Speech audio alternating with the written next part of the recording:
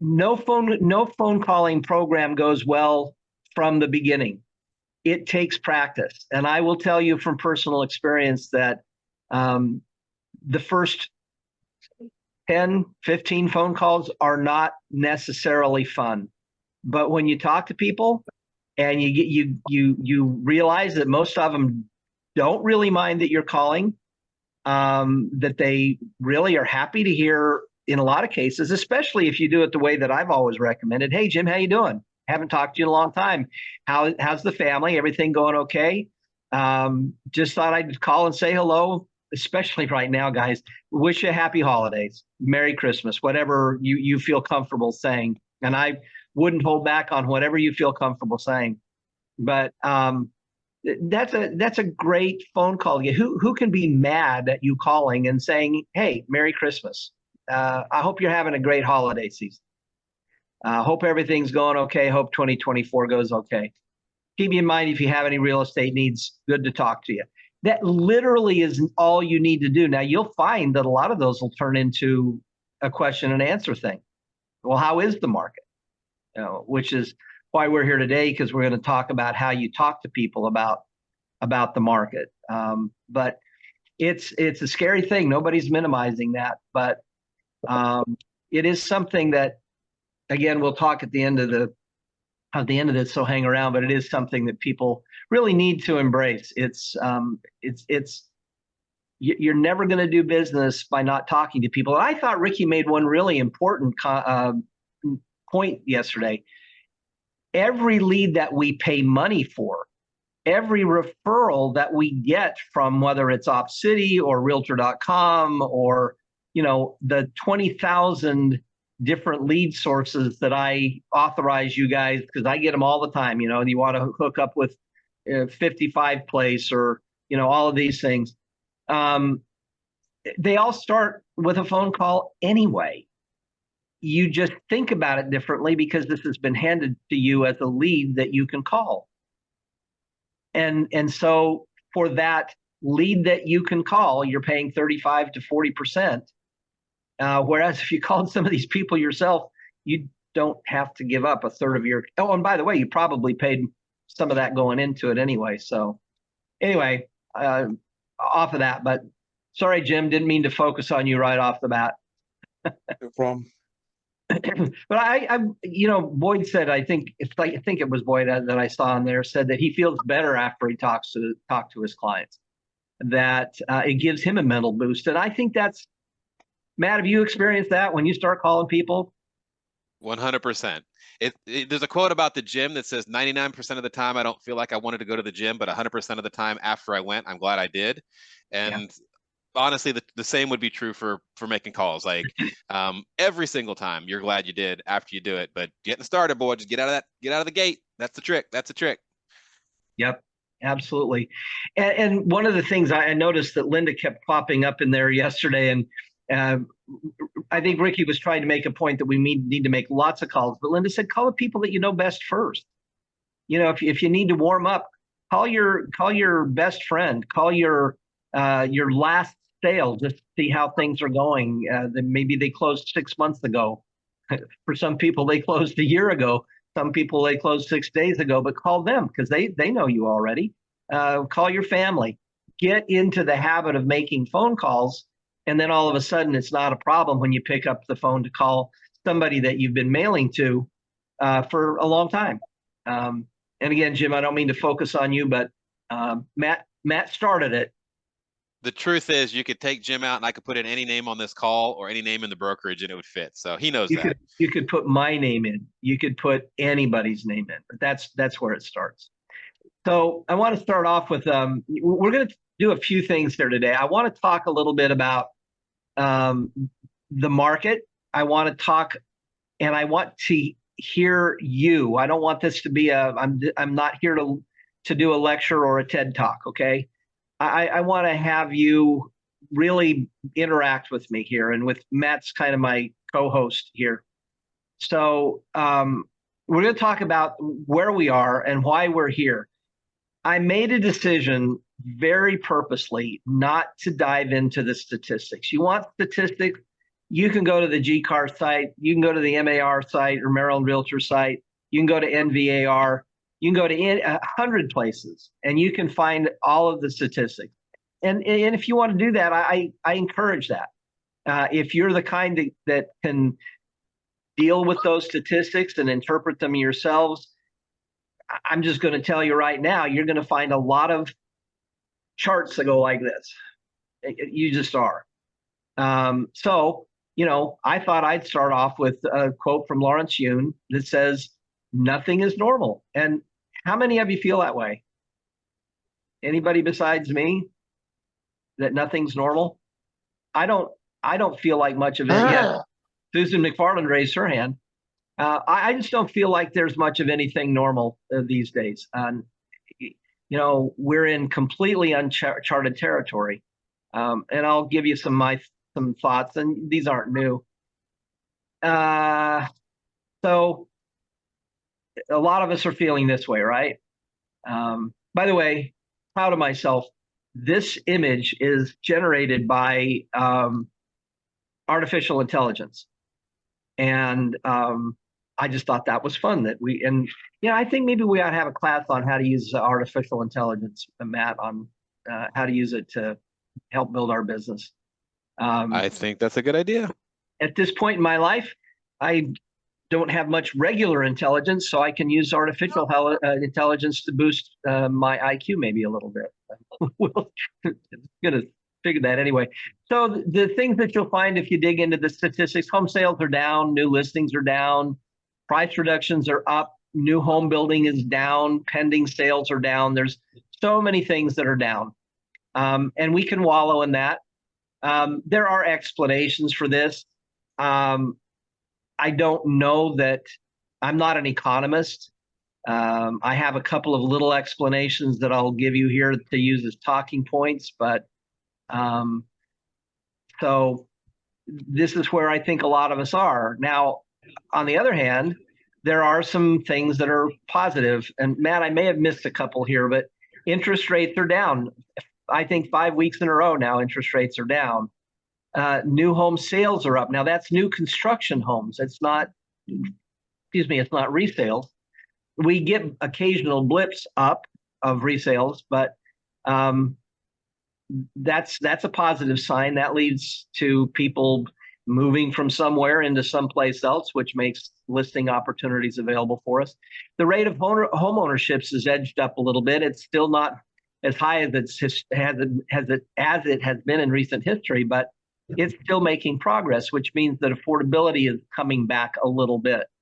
And as you know, affordability is a combination of interest rates. It's a combination of home prices. It's a combination of employment numbers, whether they're employed, and it's a number of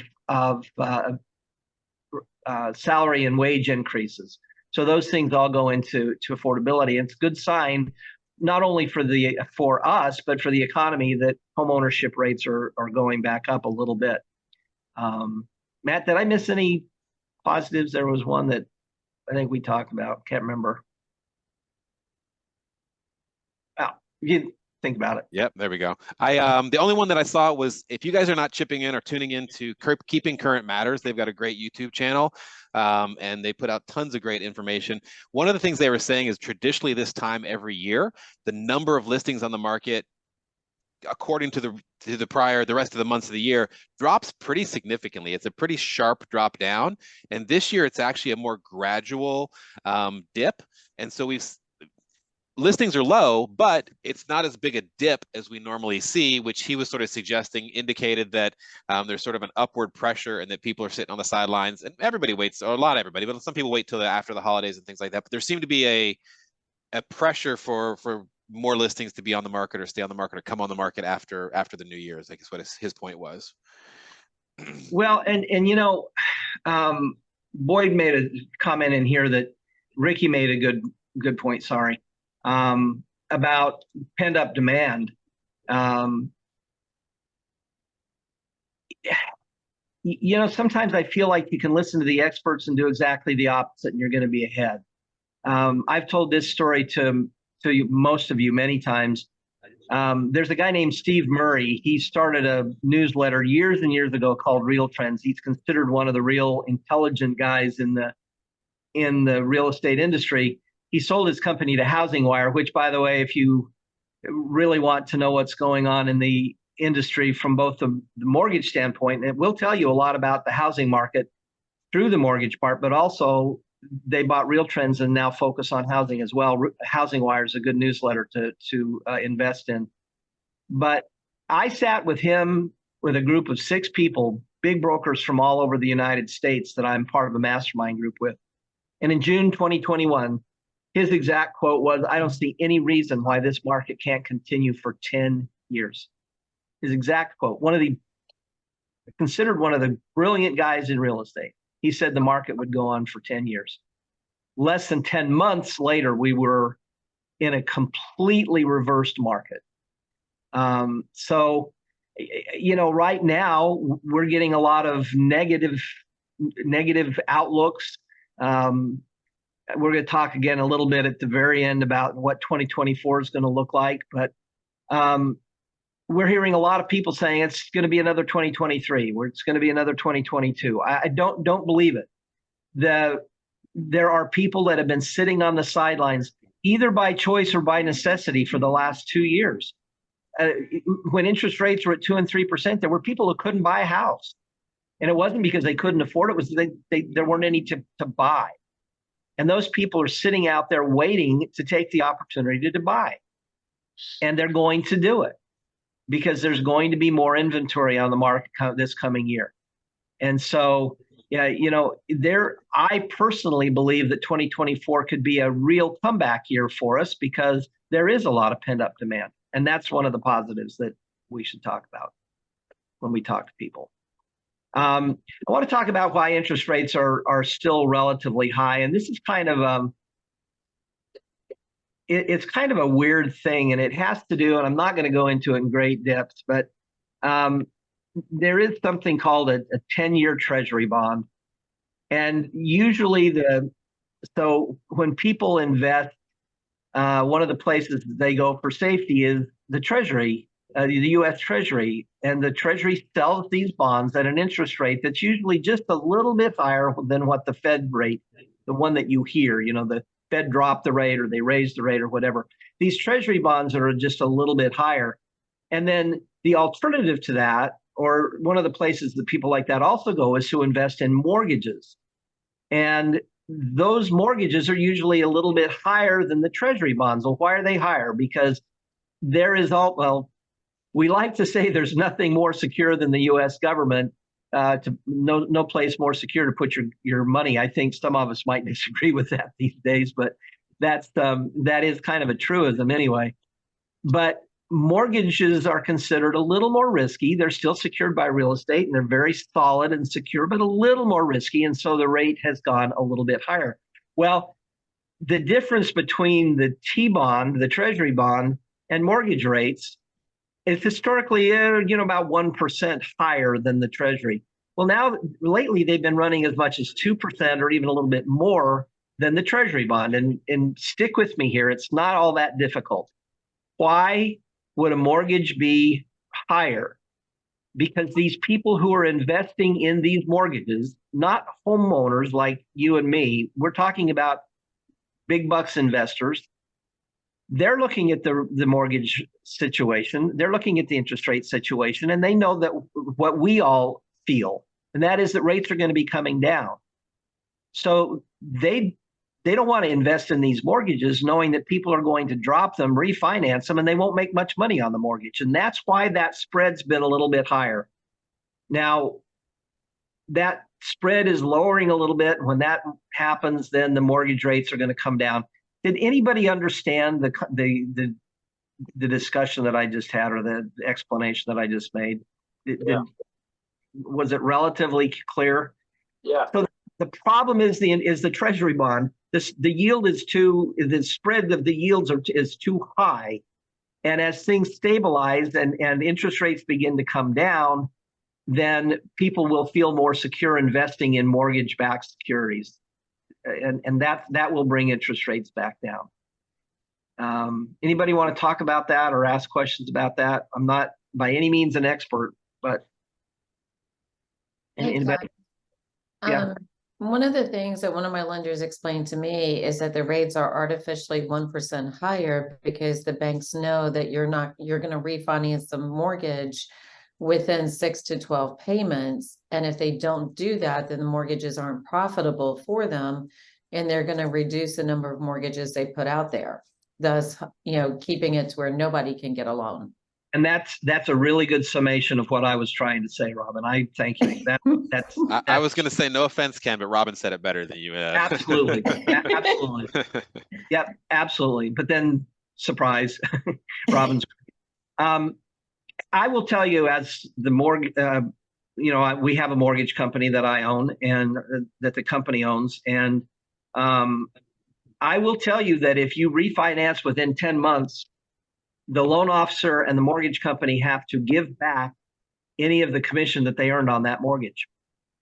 So it takes 10 months for an investor to get back the money and begin to make some profit. So if people are going into this thinking, well, heck, I'm going to invest in this mortgage and people are going to turn it over in 6 months, what's the point? I'll lose money on this deal. And they will, and so will your loan officers and your mortgage companies that are out there. So that is Robin hit it right on the head. That's why people are keeping the mortgage rates relatively high. Now, why mortgage rates aren't really that high? Because historically, and I unfortunately put my slide like way further down, but historically, we're still a little bit high compared to the last 10 years. Over the last 10 years, I think we're currently around 7.5-ish, somewhere in that range.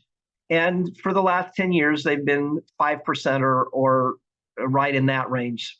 For a while, much less. But if you look at a longer range, the average mortgage rate has been 7.41% for about the last 21 years or 25 years. Matt, am I pulling those numbers correctly?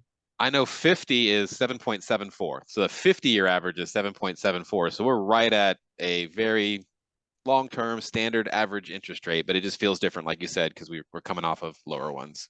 Well, and this is great for us to know, and it is helpful to say it doesn't feel any different. Like Matt said, we're still coming off incredible lows.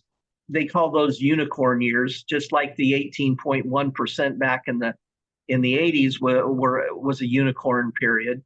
But I got into an argument with a chat bot, a chat GPT kind of a thing, because it was telling me that low interest rates are driving this hot market. And I said, what are you talking about?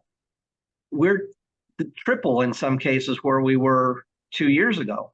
And it went into this big thing about how they were 18.1% in 1980, whatever it was, 70, 80, whatever.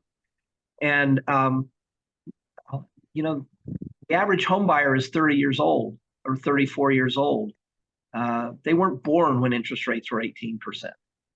So you just as well talk to them about World War II or the Great Depression or any of those things, because they don't, it doesn't really resonate with them.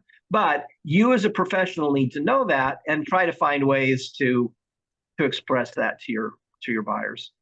Well, and we talked about this too, Ken, which is, I think it's a bigger deal to everyone, like in the brain of everyone on this call, it's probably a bigger deal than to the first time buyer, to the buyer who needs to buy a house. Like it is what it is. And there is a demand out there and we need to get over. I talk about this more for you all than I do for the consumers. We need to get over the idea that interest rates are high. I would not say interest rates are high. Interest rates are at a 50-year average right now. So we're presenting a lot of this for as much for you all as this does not necessarily need to be a talking point in the community. I would have a very quick response to something like that or have a conversation. We'll talk more about that later, but we need to get it through our head as much as anybody else, because there's people out there wanting to do business. Don't talk them how to do business by talking about how high rates are, how high the rates are. I skipped ahead to this slide because I knew it was there, but this is something that Nick Bailey said in an interview a while back. He says, real estate's timing, but it's not the timing that you read about in the headlines. You're not trying to time the market. He said he bought his first house at 18 and he didn't obsess over interest rates because it was right for him to buy a house at the time that he bought the house.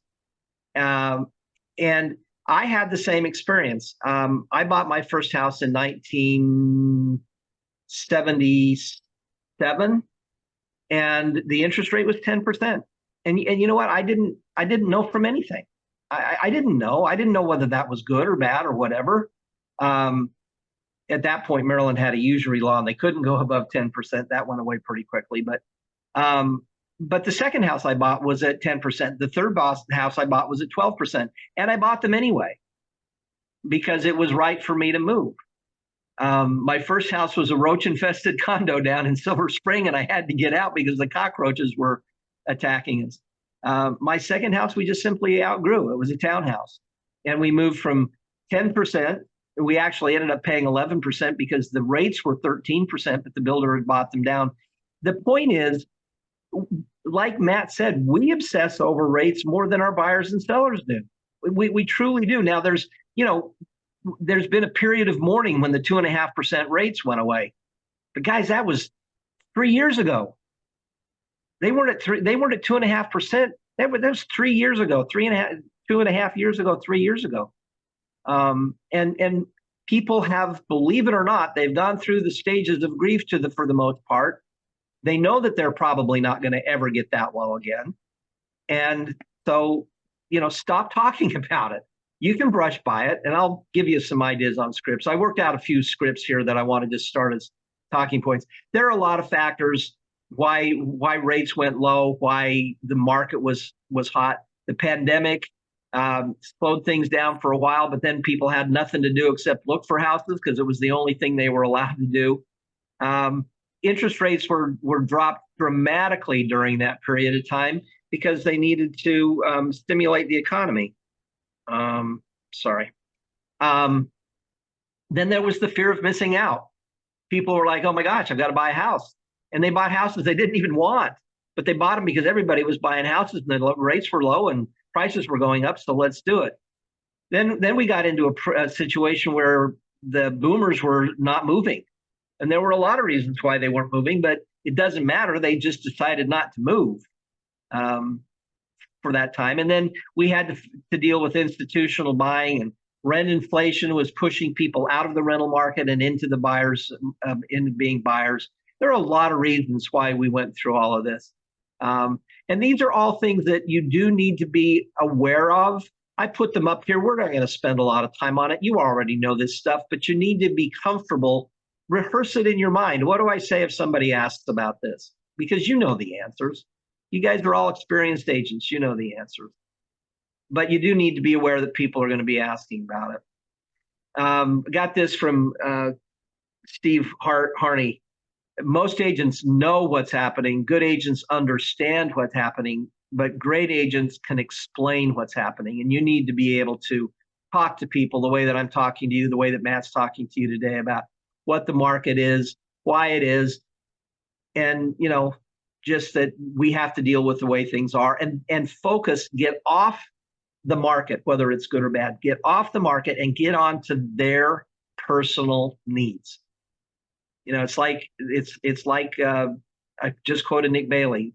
Realistic timing is a real thing in the real estate market, but it's not timing the inventory. It's not timing the prices. It's not timing the rates.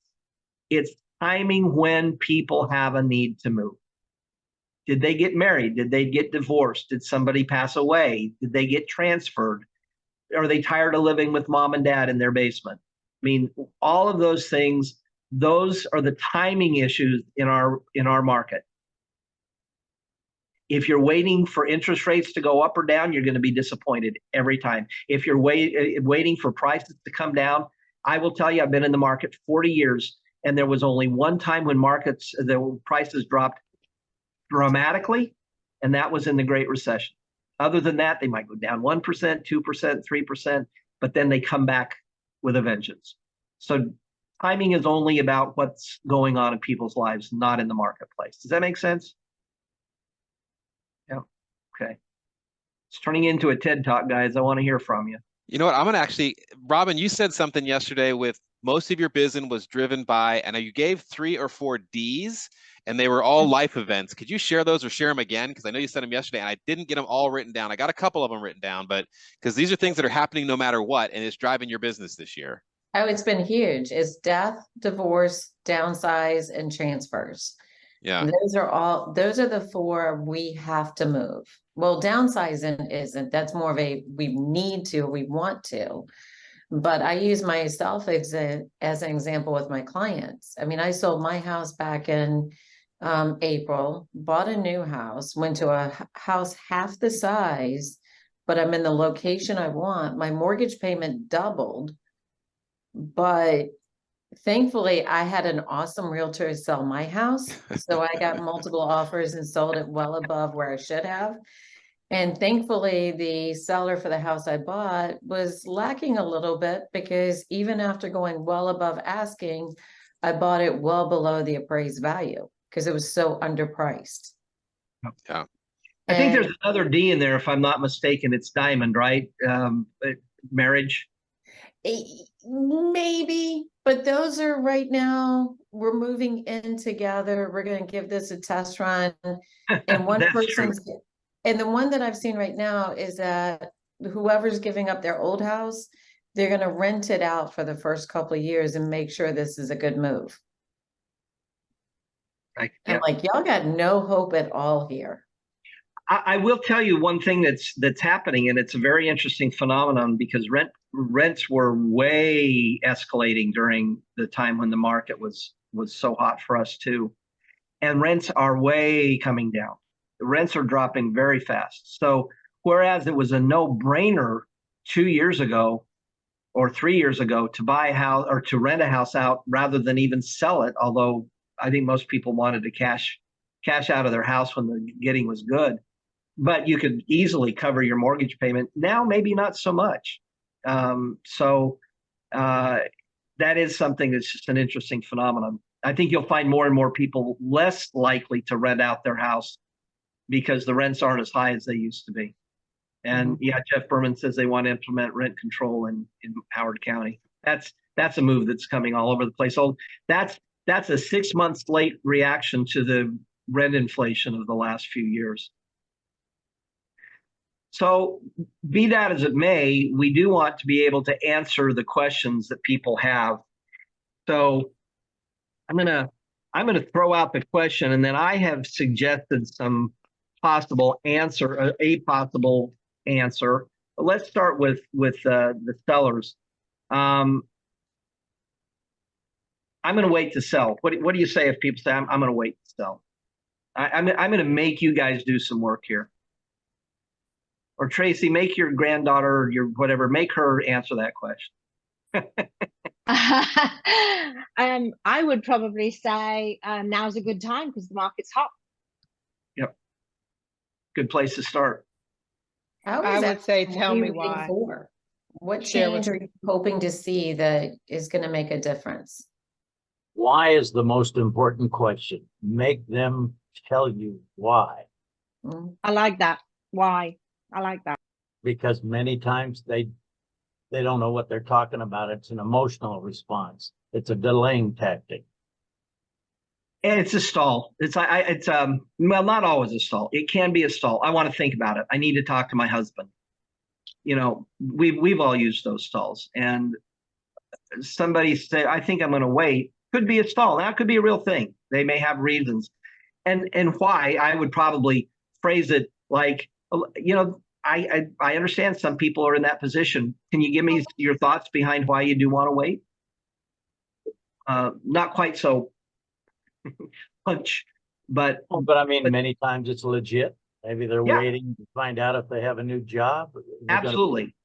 I mean, things like that. Who wants to move twice? Yes, exactly. Yeah. Well, Matt said something to me this morning. We were talking about this, and he says you should always answer a question with a question. Is that not what you said, Matt? Yeah, that's it. I've sat on the sidelines sometimes at church or something like that. And there's a couple of realtors standing around, and somebody comes and asks a question. Oh, how's the market? And I just wait and watch. And I've watched agents talk themselves out of business because they vomit market stats all over everybody instead of saying, hey, man, that's a great question. Usually when somebody asks me that question, they have something in mind. And I actually have pulled a person aside after the vomiting and said that to them once we're on the side and said, hey, a lot of times people have a question. And they're like, well, yeah, I'm glad you did that. Like my kid wants to buy a house. They just graduated. Or, you know, I have a house that we just inherited and we were thinking about selling it. The other agent had talked them out of doing business. And I find a lot of us probably do that because we're so eager to impress that I say we vomit all over them instead of going, hey man, that's a great question. Why are you asking? And then we can really, and Mike said, ask why. Why are you asking? Some of you, many I would say up in the chat, Aaron said the same thing. Like, tell me a little bit more so I can, you're kind of the doctor of real estate. No doctor just starts spitting out a diagnosis. They ask questions before they give you a diagnosis. And I would encourage you guys to do all the same thing when you're at those parties. Just ask, hey, why are you asking? Let me give you a real specific prescription as opposed to a general headline or comment on headlines. Long answer to a short question. Linda, Those are good comments. And really what it boils down to is what's important to you about waiting or whatever.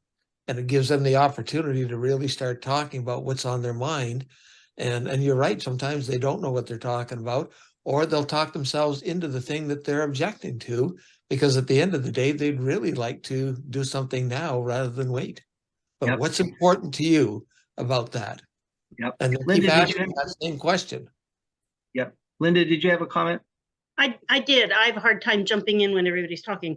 I wanted to back up Matt on the listening and go a little further with that. I have a friend whose kids decided it was time at the top of the market for her to downsize. There were reasons, her knee, and she had gotten the house ready and all. But what they were pressuring her to do was to move near her son who had just had a baby, and they would be having another baby because they wanted the mother-in-law close for babysitting. And it became apparent as we looked at places that she was running like a jackrabbit from a lot of these places going, no, I don't want to spend that much. No, I don't want to be here. No, I don't want, there are a lot of objections piled up. But in reality, she just didn't want to move that far. And by listening to what she wanted to do, she went back and bought something that had been new near where she was moving that kept her close to where she was singing with friends. She had activities as an adult, grown, single mom that she wanted to continue being involved in on a daily basis. And she was willing to drive the little extra bit to see the grandkids. And that was, the kids didn't see that coming, but that was what her motivation was ultimately and where she bought. Yeah, and I think it's, especially with older adults with kids that are pressuring them, it's really good to open your ears and see what they have to say. Yeah. And the other thing we have to remember is that our need for a commission can't trump their need for, you know, either to move or whatever. And sometimes we do come off with commission breath, you know. Why would you wait? That's not the way to ask it. Why do you wait? Well, tell me what's going on. What are you thinking about? That's an easy question. And it opens the door to a lot of things, like Linda just said. I think that's great. I came up with this is just some dialogues, totally, you know, wrote them down. You might get something out of it. You can wait, sure, but there are a lot of people that are waiting to see what happens too. So you might want to consider beating them to the punch. That's, you know, this is after you've listened, okay? This is not your immediate answer. You have to listen first. All of these are. But low inventory, like we have right now, means less competition with high demand and interest rates that are still pretty low. Sometimes sellers might be able to get better deals and sell their houses more quickly. Again, you know, just this is a suggestion that if you get around to that point, if they just seem hesitant for no reason, or you might take the opportunity to get the most out of your property's value now in a tight market like this, when well-presented homes can stand out, so you attract more motivated buyers and you might get more offers. Just some places to start after you listen. Okay, the next thing is, I'm afraid I won't be able to find a house. How do you answer that one? Matt, how would you answer that one? I know how to answer that. Okay. Who is that? It's Jennifer. Oh, Jennifer, go ahead. I would say, fear not. That's why I'm here, to help you find a house. I have access to all Good real for you. estate. Yep, absolutely. Well, again, I think, and I'm going to say this one more time, and then we'll just make it a given. Ask their situation first. Find out what their situation is. One of the good things is to also rephrase their statement or their question. So it sounds like you're concerned that you might sell your house too fast and have no place to go. Is that right? That opens the door to them making conversation as well, and for you to answer some of their objections.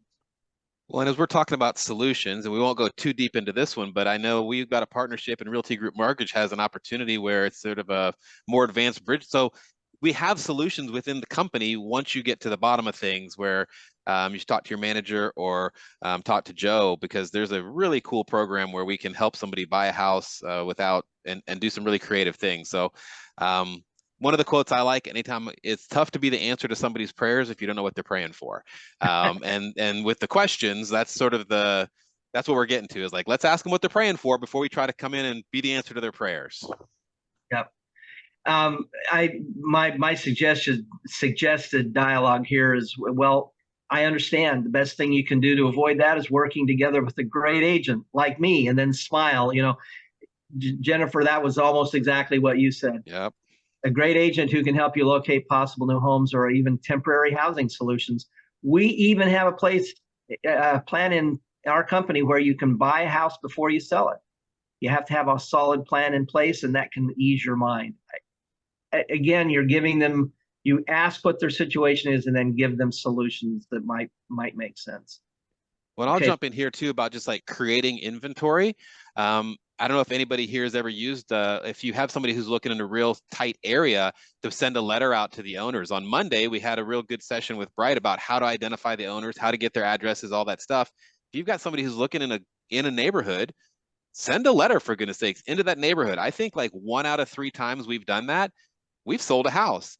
And people who do that more regularly actually pick up listings, because it's not the right house for those people, but they identify sellers. So tell them, like, at the party, I have a program, we can actually create inventory and find houses before they're on the market. Let's sit down. But I also think, as we talk about all these dialogues, don't get too wrapped up in trying to get from the first date to marriage all in one session.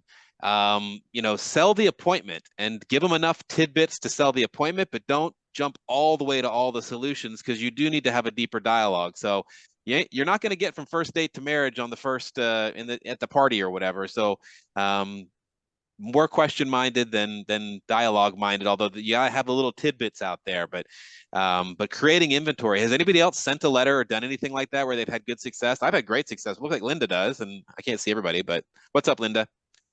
Yeah, a couple of years ago, I helped the son of the very first listing person I ever had, like his second, third house, because they had a baby. They suddenly found they'd outgrown the house they'd bought when they got married. Plus, the neighbor had decided to start a business out of his garage, fixing motorcycles, all hours. And they narrowed down where we looked all over, and we eventually narrowed down what would be the best commute for them, a neighborhood where they'd have daycare, and the kind of house they'd want, the kind of lot. He was very specific, and we literally looked on a map in a neighborhood where they thought would work, and I sent letters to all of the lots that had a shape that back to what he'd be willing to accept. It was a size, and among those, there was someone that had listed their house the year before and then taken it off. There was a divorce thing going on, and that person contacted me, and we had it under contract without it even being on the market again. It had been listed with another agent, and my people bought it, and then they sold their other house after they moved. That's a great story. That's a great story. So we all have a program where we can find off-market houses. Just drop that and say, let's get together. I don't have time to go into it now, but let's find a time to do a Zoom, or come on to my office, or let's grab a coffee and talk more about it. And we also talk about, like, your next transaction is contained within your current transaction, right? So you've got that buyer right now, you've got that seller. We all know how listings can create other listings, right? You've got the just sold, you've got the just listed, you've got the sign in the yard, you've got the promotions that we're very comfortable with marketing and creating more business out of a listing. But you can do the same thing with a buyer, to use that buyer to market to other houses to grow. So if you get that mindset, I believe it's Workman who really goes hard on this, is like your next transaction is contained within your current transaction. And with that hidden inventory or off-market inventory program, that's a very curiosity creating tidbit to drop when you're at one of these holiday parties. And you're going to have these conversations. That's part of why we wanted to do this today, is to get you armed for these conversations, to be ready and to have that you be able to encourage business and not chase business away. Yep. And I'll say this one more time, and then I really will drop it. Yes, Matt's absolutely right. This is the proposal. You have to get to know each other first. And I honestly believe that you get to know the person on a personal level to some extent first. There's rapport building and then question asking. And then you might get to the point where you actually propose. But these come down the road a ways. But yeah, good point there, Matt. I'm going to keep moving here real quick. This one's important because we hear this every once in a while. I don't want to lose my low interest rate, and I'm going to back off of that. And how do you answer that? Then I'll show you what I was suggesting. Anybody have an answer to that? Okay, then I'm going to give you my suggestion. You know, low interest rates can be a fantastic perk, but if holding on to the property keeps you from being flexible or prevents you from taking advantage of other opportunities, it may not be the best choice long term. Might be a good idea to look at your overall financial goals, not just the mortgage rate on this house. So let's evaluate your property's current market value. In a high demand, low inventory market, selling your house might get a premium price. So let's consider if the potential profit could outweigh the benefits of a low interest rate mortgage. I know that's very wordy. I would not suggest that you read that word for word. I wrote that out, and then, you know, what I usually do is I write it out and then I talk it out. I changed it, as you heard, just doing that. But I think that, you know, people do. It's like that the ring, you know, mine. Because they've got this 2.5% mortgage they just don't want to let go of, and it may not make sense at all. You know, it may make sense for them to go on and do something else. Or look, don't discourage people from holding on to the house. It might be, yes, I know we all want listings, but if they hold on to it and make it a rental and they've got the means to go on and then buy another house, you still got a transaction. You may not have two. You might eventually have two. And we all know real estate's a long game. Right? It's not a short game. So. Yeah, that's a really, and that's you get to that by asking questions and not just putting your response out on them, right? Like, oh, tell me a little bit more about that. I think the other thing I would say about low interest rates is like, man, you know what that low interest rate environment did is it actually caused prices to bump up and created a lot of equity for people. Are you sitting on a lot of equity? Man, we really are sitting on a lot of equity. Man, what I'm seeing a lot of people do is transfer that equity into the place that really is where they want to be, or into the house that's really the house of their dreams, as opposed to the house that, you know, maybe is not ideal for them. So if you consider that those low interest rates created a lot of equity for you, take advantage of that equity, shift it into another property. Would you be interested in seeing, you know, what a payment might look like based on the amount of equity that you have in your house? Yeah, why not? You know, but those questions are going to create conversations. Well, Yep. Matt, also, if you consider that the equity that you bring over effectively lowers your interest rate on the purchase. Perfect. And yeah, that's true. if you didn't have that equity, you've essentially bought down the interest rate with your equity. Or you could leave that equity in the other home and borrow against it and take that to get cash for your new home, and then continue to rent that other home forever. And with a 30-year fixed at 2.5% or whatever, what a bonus that would be. Dr. Boyd, that's a good prescription. You just ask all the right questions and you can give them that prescription. That's perfect. You know, that's something, it does open something too. I think this is a little bit off topic, but it is also relevant. There are a lot of different things that we should be talking to people about financing. You know, a 30-year fixed mortgage is not necessarily the best thing for everybody to have. I have a son-in-law who typically gets a 2.5 arm or a 7.10 arm or something like that, and you know, he he works hard to pay off his mortgage during the first time while the rate's fixed. But worst case scenario, and he has a job where he might be able to do that, but worst case scenario, he gets down, he's paid down a lot of equity at a low interest rate, and then he can refinance. And it can work. A HELOC is a great tool as well for a lot of reasons. But one of them, as Boyd said, is invested in another property. Double your bang for your buck. You know, we all talk about equity and how great it is to have your net worth growing through equity in your houses. It's sitting there. And if you can pull it out and invest it in another property, that's a good suggestion for a lot of people. I So, learned years ago, most people don't know how to do math. And if you can Yes. help them do the math, then all of a sudden they'll see the picture that they hadn't seen before. Yep. Right. Agree completely. I want to make you cognizant of time too. I know we want to carry this as long as possible. We're coming up on the hour, so if there's something we don't want to miss, Ken, be sure that we hit it. Okay, I'm going to carry a couple of things. Then I skipped over a few things, so I'm going to just tell you some suggestions, and then we can use. I just want to make a couple of points before we. I do think this is something that young people in particular are really sensitive to, but all people are sensitive to this, and that is I'm worried about high interest rates and the cost of houses. It just seems so expensive. First of all, validate that concern. Don't dismiss it. You need to validate that it's a concern that's worth having. But then say, let's break it down. Even though interest rates are higher than they've been in the last couple of years, they're still relatively low compared to long-term averages. We talked about that. And I know high prices can be intimidating, but they also often reflect the current demand for homes. So waiting for the prices to drop might mean paying a lower price for houses if they drop. But if interest rates rise during that time, you might end up with a higher monthly payment. So it's a delicate balance, and that's why I'm here. As Jennifer said, I'm here to help to fix your problem. I think the saying sometimes is marry the house and date the rate, right? Lock in your sales price where it is right now. They're not likely to drop, and then refinance when the time comes. Yep. I will say that I'm not in love with that phrase only because it's become so trite, but I get Matt's point. Well, and marriage and dating don't really go together. Like but yeah, I get it. You get the idea. But the concept is absolutely right. I agree with that 100%. Somebody else said, I just don't know if I want to make such a big commitment in such an uncertain market. And the way I would say that is, well, you know, honestly, I'd be surprised if you hadn't thought about that. And it's important for you to feel comfortable with your decision, but real estate is a long-term investment. And even though current market conditions might be a little dicey, many homeowners have seen substantial appreciation over the years. So let's talk about your financial goals and let's set a strategy that fits with your comfort level and future plans. Again, validate it and then try to solve it. Or another way, think of it this way: buying a house isn't just a financial transaction, it's an investment in your future.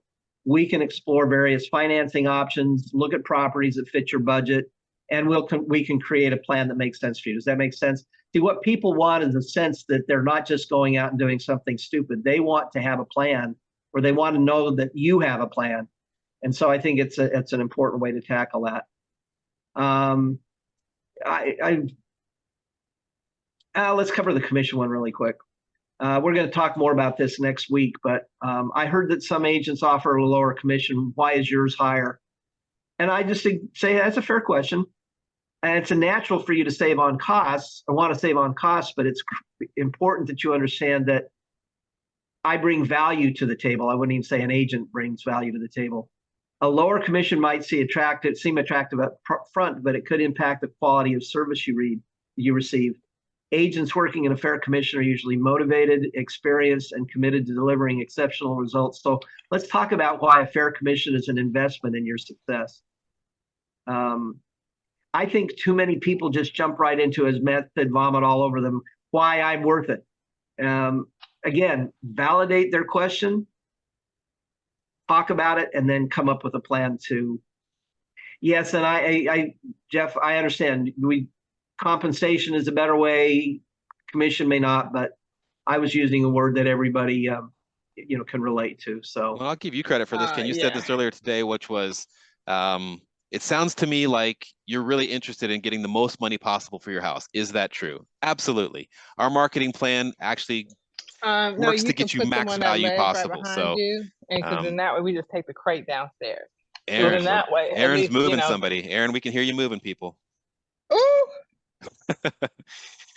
Anyway, sounds like you want to get the most money possible for your house. Is that true? Yes. Our marketing plan gets maximum value, often generates multiple offers. Let's sit down and talk about how we can get you maximum value, and we can talk more about the fee later. But yeah, don't get caught up defending your fee at a cocktail party or wherever you are. Like, get them to the conversation, get them to the appointment. And again, I think that's all going to validate what they say, or at least to confirm what they're saying, rephrasing what they've said. And I've found a dozen different ways that I have used that in the past, but this one is a very good one. Yeah, it sounds like what you really want is to get the most money for your house. Is that right? Yeah, that's what I want, of course. So here's how I can do that. And let's sit down and talk about it. So yeah, thank you for reminding me how brilliant I am, Matt. Got that from TikTok. Okay, so let's just talk real quickly about what comes next. Who knows what's going to happen in 2024? Anybody that says that they know is wrong. Nobody really knows. We can all make educated guesses, but we don't know. Here's an indicator. People planning on buying a house in the next 12 months. It's as high as it was in 2021, and it's as high as it was in 2018. It's higher than it was when we would all agree wasn't a terrible market in 2019. That was not a bad market. So there are people looking for houses. Now, on the other hand, every stinking indicator has been headed down. Although, if you'll see, this is new listings. We're flat here, so we're not headed down on this. We might head down, but the statistics are that actually we're showing a very small decrease, not this kind of drop like we had in 22. That's the slide I referenced earlier, where it's not dipping like it had. That's it. You notice it's now. Is it lower than up here? Sure, it is. But you know what? I'll take that if it means that it doesn't drop off like this. So be interesting to come back. But I think that the latest statistics show that the drop is minor on new listings. And there are listings, more listings out there. A lot of times that means that they're not selling. But the new listings thing is an interesting statistic because it does show that we've got some possibilities. You take this as you want, positive or negative. But here's the point I want to make before we leave. It doesn't matter. The market is what the market is. It just is. What can you control? Can you control interest rates? No. You can control inventory to some extent, but you don't control it to the ultimate sense. You can't control who is elected president. You can't control any of these things. That doesn't matter. What matters is where you live your life, and where you live your life is between your ears. The most important piece of real estate on earth is the space between your ears. And it has to deal with your attitude, your approach, the way you feel about things. You can sit and obsess about statistics. You can sit and obsess about how the market is bad, about how interest rates are driving a bad market, about how people won't sell. You can do that, or you can get out and talk to people like Ricky said yesterday. And I know which one I think you should choose. You should work on your attitude. You should work on your ability to talk to people. Nick Bailey said, this is the time to revisit. Oops, I can't see because of the screen here, but Matt, you want to read? Oh, here we go. Revisit old school tactics, engage with their clients, provide valuable insights, and be their trusted advisor. Slow periods can be an opportunity to strengthen client relationships and position yourself for the next boom, which is also exactly what Ricky told us yesterday. Yep. And I think there will be a next boom. And I think that next boom could very well be 24 and 25.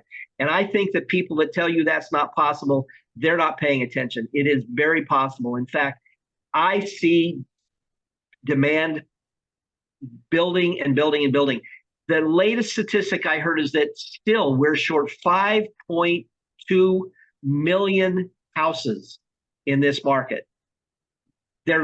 People are going to have to buy at some point. They're going to have life changes or whatever. Another field of opportunity that we don't have time in, multi-generational housing. People are building accessory apartments for their parents or for their kids. It doesn't have to happen just be, the old folks. Happens the other way. Some of the wholesale lenders, some of the institutions have made changes so that you can buy a house with 5% down if it has an accessory apartment in it. So there, a lot of things are going to, but just get back to old school stuff. Sales isn't a numbers game. It's a head game, guys. It's what goes on in your head. And I know some of you are listening to me and thinking, no, that's not true, Ken. You know, I'm trying to be positive. It's a head game.